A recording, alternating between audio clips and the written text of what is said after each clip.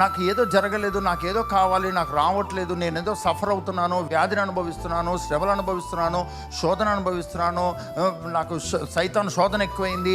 ఇవన్నీ కూడా సర్వసాధారణంగా మనం అనుభవిస్తూ వాటి గురించి దేవుని సన్నిధిలో మనం మొరపెడుతూ ఉంటాము. కానీ యేసుక్రీస్తు ఏమైతే శ్రమను అనుభవించాడో ఆ శ్రమ ఆయనది కాదు. ఆ శ్రమ ఆయన పరలోకంలో అనుభవించలేదు. ఆ శ్రమ ఈ భూమి మీద శరీరంలో అనుభవించాడు. ఆ శ్రమ శరీరంలో ఉన్న నీ శ్రమ, నీ కష్టము, నీ అవమానము, నీ శాపము, నీ మీదకి రావాల్సిన దోష శిక్ష, అది ఆయన ఈ భూమికి శరీరధారిగా వచ్చి నీ వాటన్నిటినీ ఒక్కొక్కటి ప్రతి శ్రమను, ప్రతి వ్యాధిని, ప్రతి రోగమును, ప్రతి వ్యసనమును, ప్రతి శాపమును ఆయన తన శరీరంలో స్వీకరిస్తూ దాని గుండా వెళ్తూ శ్రమను అనుభవిస్తూ దాని గుండా వెళ్తూ ఒక్కొక్క దానిని సమాప్తం చేసి ఉన్నాడు.